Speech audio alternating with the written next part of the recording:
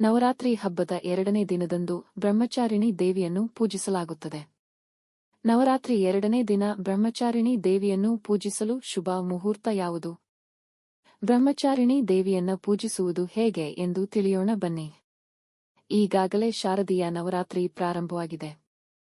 ಈ ಅವಧಿಯಲ್ಲಿ ಪ್ರತಿಯೊಂದು ದಿನವೂ ದುರ್ಗಾದೇವಿಯ 9 ರೂಪಗಳನ್ನು ಪೂಜಿಸಲಾಗುತ್ತದೆ. ನವರಾತ್ರಿಯ 2ನೇ ದಿನದಂದು ದುರ್ಗಾದೇವಿಯ ಬ್ರಹ್ಮಚಾರಿಣಿ ರೂಪವನ್ನು ಆರಾಧಿಸಲಾಗುವುದು. ಈ ದಿನ ಬ್ರಹ್ಮಚಾರಿಣಿ ದೇವಿಯನ್ನು ಪೂಜಿಸುವುದರ ಜೊತೆಗೆ ಉಪವಾಸ ವ್ರತವನ್ನು ಮಾಡಲಾಗುವುದು. ನವರಾತ್ರಿ ಹಬ್ಬದ 2ನೇ ದಿನದಂದು ಬ್ರಹ್ಮಚಾರಿಣಿ ದೇವಿಯನ್ನು ಪೂಜಿಸುವುದರಿಂದ ಭಕ್ತನು ಸಂತೋಷವನ್ನು ಪಡೆದುಕೊಳ್ಳುತ್ತಾನೆ.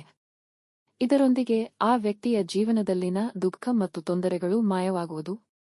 ನವರಾತ್ರಿ ಹಬ್ಬದ 2ನೇ ದಿನದಂದು ಬ್ರಹ್ಮಚಾರಿಣಿ ದೇವಿಯನ್ನು ಪೂಜಿಸುವುದರ ವಿಶೇಷತೆ ಮತ್ತು ಮಹತ್ವದ ಕುರಿತು ತಿಳಿದುಕೊಳ್ಳೋಣ.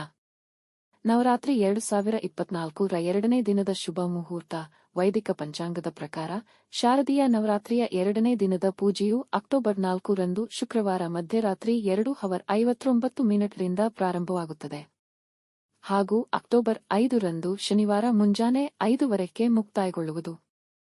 ಇದರ ನಂತರ ನವರಾತ್ರಿ ಹಬ್ಬದ ತೃತೀಯ ತಿಥಿ ಆರಂಭವಾಗುವುದು. ಶಾರದೀಯ ನವರಾತ್ರಿಯ 2ನೇ ದಿನದಂದು ಅಪರೂಪದ ಶಿವಸ್ ಯೋಗವೊಂದು ರೂಪುಗೊಳ್ಳುತ್ತಿದೆ. ಈ ಯೋಗದ ಸಂಯೋಜನೆಯು ದಿನವಿಡೀ ಇರುತ್ತದೆ. ಇದೇ ವೇಳೆಗೆ ಅಕ್ಟೋಬರ್ 5ರಂದು ಬೆಳಿಗ್ಗೆ 5:00 ಶಿವಸ್ ಯೋಗ ಮುಕ್ತಾಯವಾಗಲಿದೆ. ಈ ಸಮಯದಲ್ಲಿ ಮಹಾದೇವನು ಮಾತೃದೇವತೆ ಮಹಾಗೌರಿಯೊಂದಿಗೆ ಕೈಲಾಸದಲ್ಲಿ ಆಸೀನನಾಗುತ್ತಾನೆ. ಶಿವಶಕ್ತಿಯನ್ನು ಶಿವಯೋಗದಲ್ಲಿ ಪೂಜಿಸುವುದರಿಂದ ವ್ಯಕ್ತಿಯ ಪ್ರತಿಯೊಂದು ಆಸೆಯೂ ಈಡೇರುತ್ತದೆ. ಇದರೊಂದಿಗೆ ಸಂತೋಷ, ಸಮೃದ್ಧಿ ಮತ್ತು ಆದಾಯದಲ್ಲಿ ಹೆಚ್ಚಳವೂ ಆಗುವುದು. ನವರಾತ್ರಿ 2024ರ 2ನೇ ದಿನ ಬ್ರಹ್ಮಚಾರಿಣಿ ಪೂಜೆ ವಿಧಾನ. ಶಾರದೀಯ ನವರಾತ್ರಿಯ 2ನೇ ದಿನ ಬ್ರಹ್ಮ ಮುಹೂರ್ತದಲ್ಲಿ ಎದ್ದು ಸ್ನಾನ ಮಾಡಿ ಶುಭ್ರವಾದ ಬಟ್ಟೆಯನ್ನು ಧರಿಸಿ ತಾಯಿಗೆ ಹೂವು, ಅಕ್ಷತೆ, ಕುಂಕುಮ, ಶ್ರೀಗಂಧ ಇತ್ಯಾದಿಗಳನ್ನು ಅರ್ಪಿಸಿ ಧೂಪದ್ರವ್ಯ ಮತ್ತು ದೀಪಗಳನ್ನು ಬೆಳಗಿಸುವ ಮೂಲಕ ಬ್ರಹ್ಮಚಾರಿಣಿ ದೇವಿಯ ಮಂತ್ರಗಳನ್ನು ಭಕ್ತಿಯಿಂದ ಪಠಿಸಿ ಮತ್ತು ಆರತಿಯನ್ನು ಮಾಡಿ ಪಂಚಾಮೃತವನ್ನು ನೈವೇದ್ಯವಾಗಿ ಅರ್ಪಿಸಿ ಮತ್ತು ಸಿಹಿತಿಂಡಿಗಳನ್ನು ಅರ್ಪಿಸಿ. ಬ್ರಹ್ಮಚಾರಿಣಿ ದೇವಿ ಮಂತ್ರ. ಯಾ ದೇವಿ ಸರ್ವಭೂತೇಷು ಮಾ ಬ್ರಹ್ಮಚಾರಿಣಿ ರೂಪೇಣ ಸಂಸ್ಥಿತ. ನಮಸ್ತಸ್ಯೈ ನಮಸ್ತಸ್ಯೈ ನಮಸ್ತಸ್ಯೈ ನಮೋ ನಮಃ. ದಧಾನಾಕರ ಪದ್ಮಾಭ್ಯಾಂ ಅಕ್ಷಮಾಲಾ ಕಮಂಡಲು. ದೇವಿ ಪ್ರಸೀದತು ಮಯಿ ಬ್ರಹ್ಮಚಾರಿಣ್ಯನುತ್ತಮ. ಬ್ರಹ್ಮಚಾರಿಣಿ ಪೂಜೆ ನೈವೇದ್ಯ.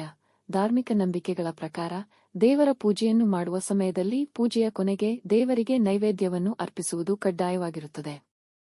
ಇದರಿಂದ ಮಾತ್ರ ನಮ್ಮ ಪೂಜೆಯು ಪೂರ್ಣವೆನಿಸಿಕೊಳ್ಳುತ್ತದೆ. ನೀವು ದೇವಿ ಬ್ರಹ್ಮಚಾರಿಣಿಯನ್ನು ಪೂಜಿಸುವಾಗ ಆಕೆಗೆ ಸಕ್ಕರೆ ಅಥವಾ ಬೆಲ್ಲವನ್ನು ಅರ್ಪಿಸುವುದು ಮಂಗಳಕರವೆಂದು ಪರಿಗಣಿಸಲಾಗುವುದು. ಸಕ್ಕರೆ ಮತ್ತು ಬೆಲ್ಲದಿಂದ ತಯಾರಿಸಿದ ಖಾದ್ಯವನ್ನು ಕೂಡ ದೇವಿಗೆ ಅರ್ಪಿಸಬಹುದು. ಬ್ರಹ್ಮಚಾರಿಣಿ ದೇವಿ ಕತೆ.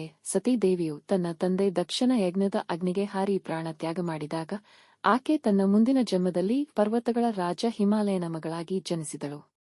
ಈ ಜನ್ಮದಲ್ಲಿ ಅವಳ ಹೆಸರು ಪಾರ್ವತಿ. ಈ ಜನ್ಮದಲ್ಲಿಯೂ ಶಿವನನ್ನು ಪತಿಯಾಗಿ ಪಡೆಯಬೇಕೆಂದು ಬಯಸಿದ್ದಳು. ಇದಕ್ಕಾಗಿ ಆಕೆ ಕಠಿಣ ತಪಸ್ಸನ್ನು ಮಾಡಿದಳು.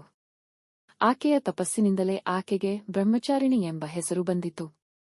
ಬ್ರಹ್ಮಚಾರಿಣಿ ದೇವಿಯನ್ನು ತಪಸ್ಸಿನ ಶಕ್ತಿಯ ಸಂಕೇತವೆಂದು ಪರಿಗಣಿಸಲಾಗಿದೆ. ಈ ದೇವಿಯನ್ನು ಶಾಂತರೂಪದಲ್ಲಿ ಚಿತ್ರಿಸಲಾಗಿದೆ.